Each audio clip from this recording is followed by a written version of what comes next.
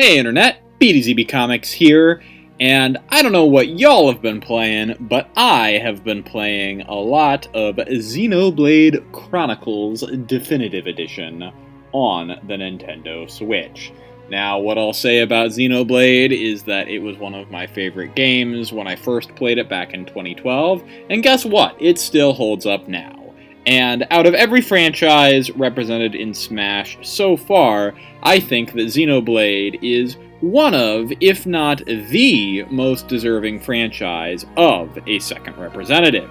Now, I know that there are a lot of characters that we can add from future games, like Xenoblade Chronicles 2, Xenoblade Chronicles X, or Torna the Golden Country, but since the original Xenoblade Chronicles is fresh on the mind right now, I figured that I would do a character from that, even though, realistically, that might be less likely than a character from a future game. Now, there are a lot of different characters to choose from, and in fact, I do have some ideas churning around in the old head of mine for other characters who could get movesets, but if I had to pick just one who I think is the most likely to be in Super Smash Bros., it would be Melia Antiqua. This High Entian Empress is a character who played a rather large role in the main game of Xenoblade Chronicles, and she has her own dedicated epilogue in Xenoblade Chronicles Definitive Edition in the form of Future Connected.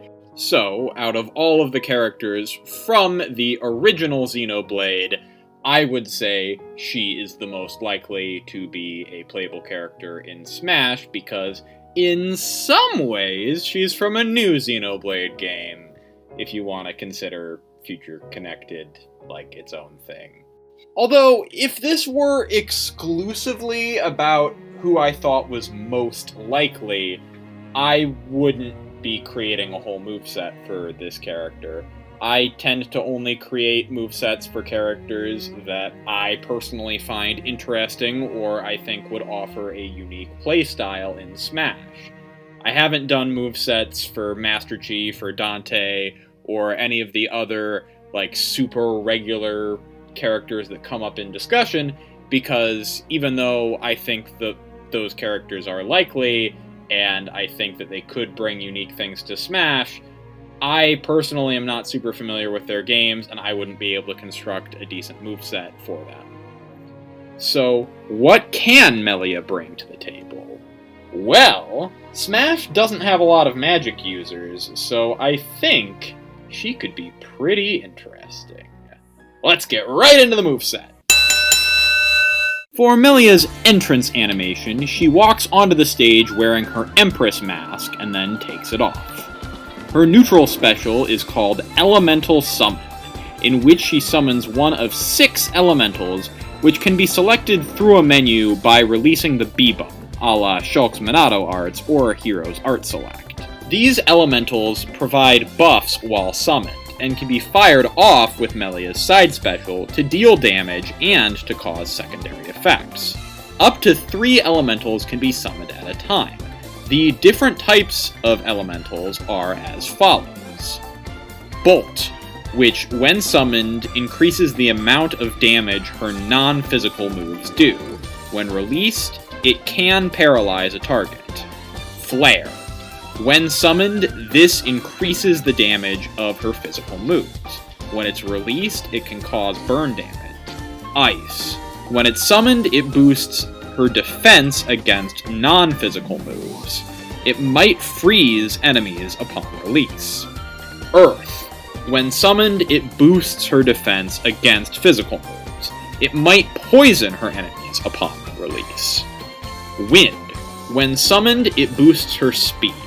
When released, it does a large amount of knockback. And Aqua.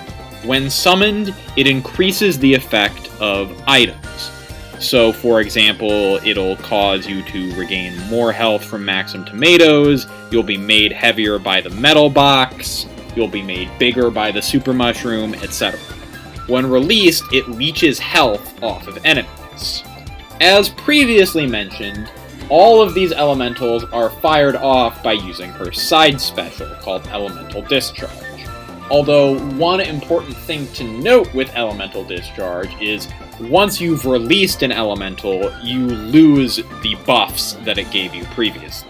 One interesting thing about this is that you can summon up to 3 elementals at a time, and the side special only releases your most recently summoned elemental. So, if you wanted the boost to your magic attacks that Summon Bolt gives you, but you wanted to deal damage with ice or earth or that sort of thing, then you would just summon Bolt first, and then summon those 2 later, and then just keep summoning different elementals so you don't run out Bolt before this special's secret mechanic kicks in.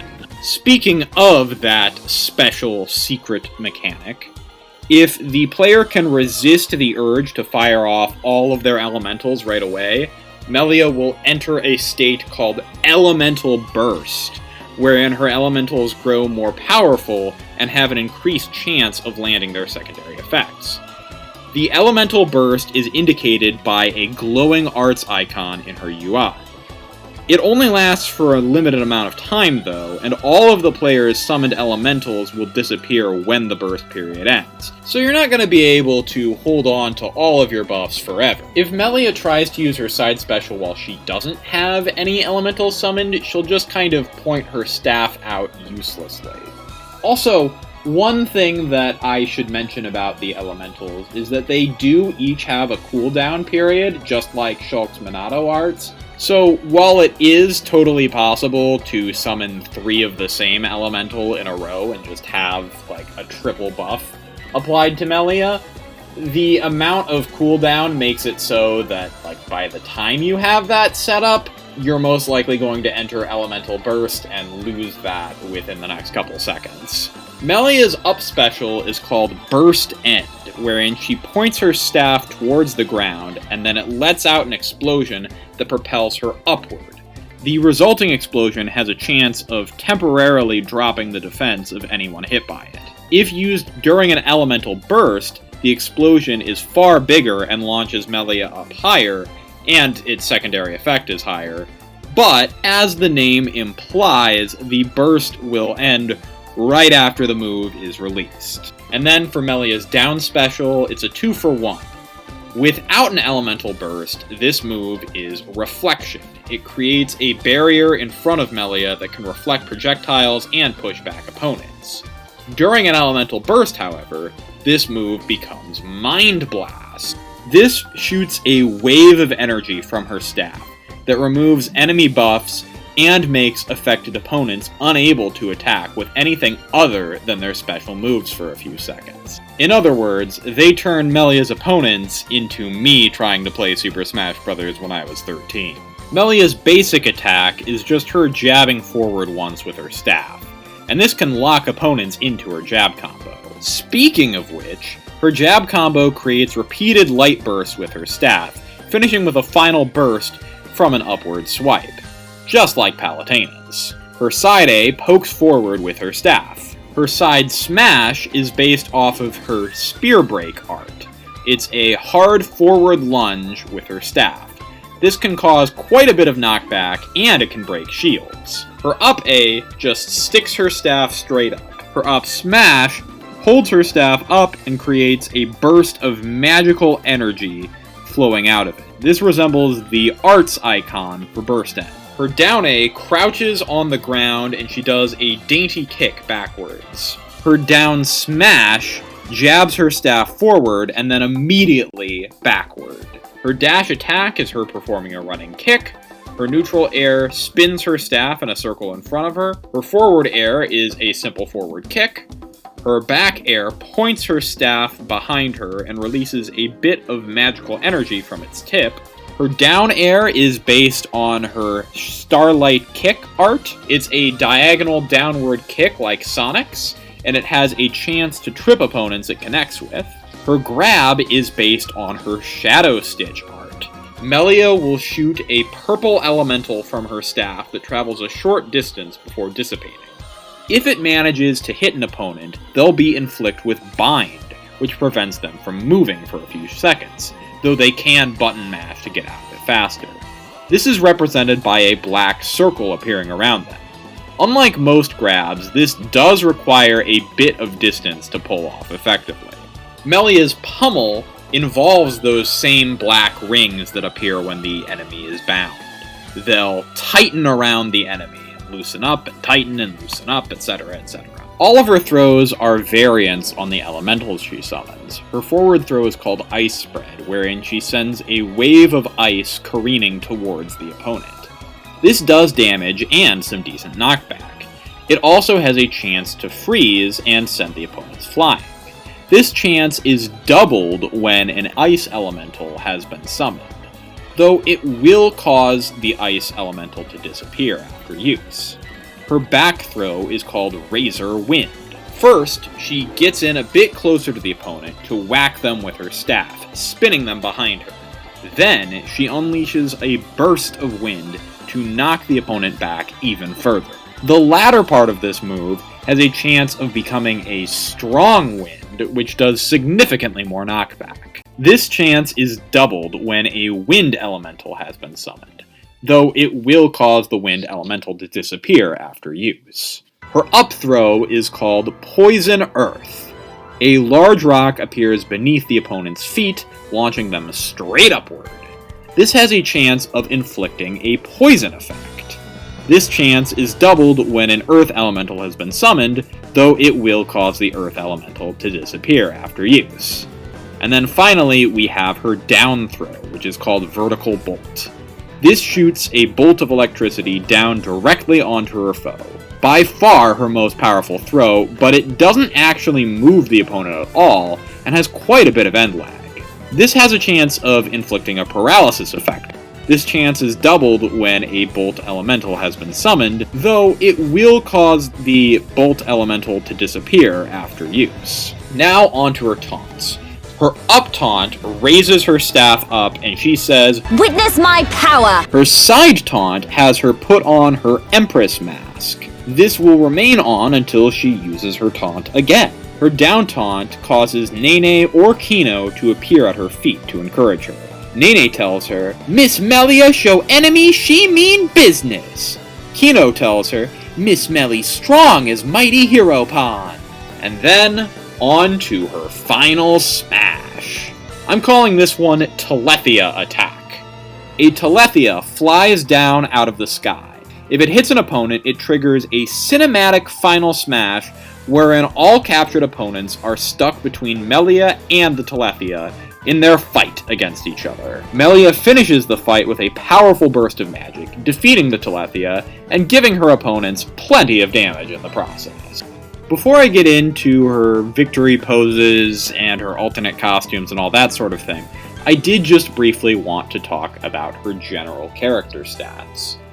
Melia fits the squishy wizard archetype to a T, meaning that she can't really tank hits very well, and she's very lightweight, and she's not got the best physical attributes, like her smash attacks and that sort of thing aren't really going to blow anyone's mind, but all of her ether-based attacks and all of her elementals are very powerful, and the key to playing Melia effectively is to stand back, let your elementals buff you up, and then try and deal as much damage over time as possible, just like how she plays in Xenoblade. And now, on to her victory poses. Her first victory pose has her looking worn out as she goes, "What doesn't kill you makes you stronger, apparently." Her second victory pose points her staff forward with Nene and Kino behind her, saying, "None can oppose us." A simplified version of this victory animation is her default in a team battle. Basically, she'll just have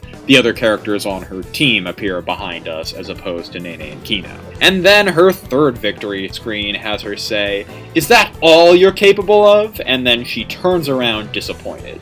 And now, on to Melia's alternate costumes. Melia has two different renders.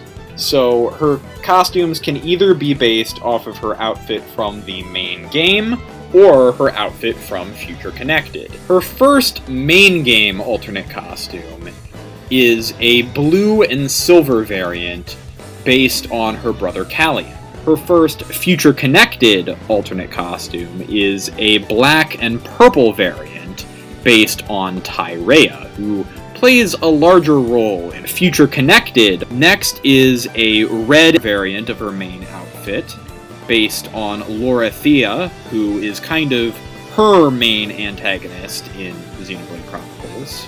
Then we have a gray and purple variant of her Future Connected outfit, based on Gaelgar, an antagonist in Future Connected. Then we have a white and gold variant with green hair, based on Palutena, and that is for her main costume. And then her final Future Connected alternate costume is a red and white variant that gives her a gold headband and brown hair, as a reference to Haze, a character who is very important in Xenoblade Chronicles 2, and especially Torna the Golden Country.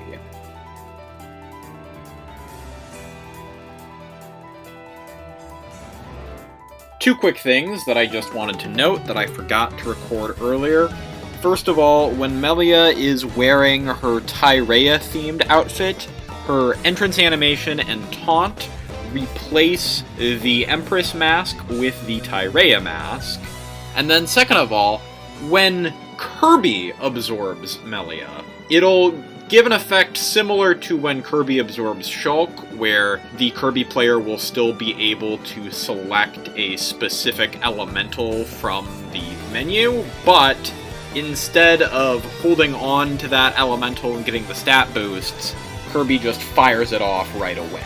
Now, since this is a second character from a game that already has a stage, it's not really necessary to give Melia another stage, though it would be cool to see an Alchemoth-based stage, since it is important for Melia's character both in the main game and in Future Connected. But her classic mode route is something that every character needs, and hers is called In Her Element, based on the different elementals she can summon. Round 1 is electric themed, and she's fighting against Pikachu, Pichu, and Robin at Midgar. Round 2 is fire themed, and she fights against Charizard, Incineroar, Bowser, Roy, and Captain Falcon at Norfair. I could have included more characters because there are plenty of characters with fire-based moves, but those are the ones that seem to have fire for more than one move, or have fire as a really important part of their character, such as Incineroar being fire type. Then we have round 3, which is water themed, and it features Squirtle, Greninja, and Corrin at the Fountain of Dreams. Round 4 is air themed, and she fights against Hero, Kirby, Meta Knight, and Dedede at Rainbow Cruise. Again, you could make the argument that any character that can do multiple jumps or fly is an air-based character, but Hero has that wind up special, Kirby and Dedede can both suck people up in gusts, and Meta Knight is just an air demon with all sorts of different fancy air tricks, so those made the most sense to me. And then finally, we have round 5, which is ice-themed, and she fights against the Ice Climbers and Lucas at the summit. Then there's a brief bonus stage, and then finally she fights against a boss. This would probably be something like Dracula or Master Hand or something, but, you know, for the sake of the hypothetical, let's have her fight Lorithia, because wouldn't that be cool, right? So anyway, that is What If Melia was in Smash. Let me know what your thoughts are, if there's anything you would change. And also let me know what characters from Xenoblade, particularly Xenoblade 1, you would want to see in Smash. Again, I got nothing against the other Xenoblade games. In fact, I might even like Xenoblade 2 a little more, but it's a bit harder to construct movesets for those characters, and it's less fresh in my mind. But I do have some movesets coming up for characters from Xenoblade Chronicles 1, So who knows? Maybe one of the characters that you really like from those games is gonna get a moveset soon. But in the meantime, this is BDZB Comics signing off.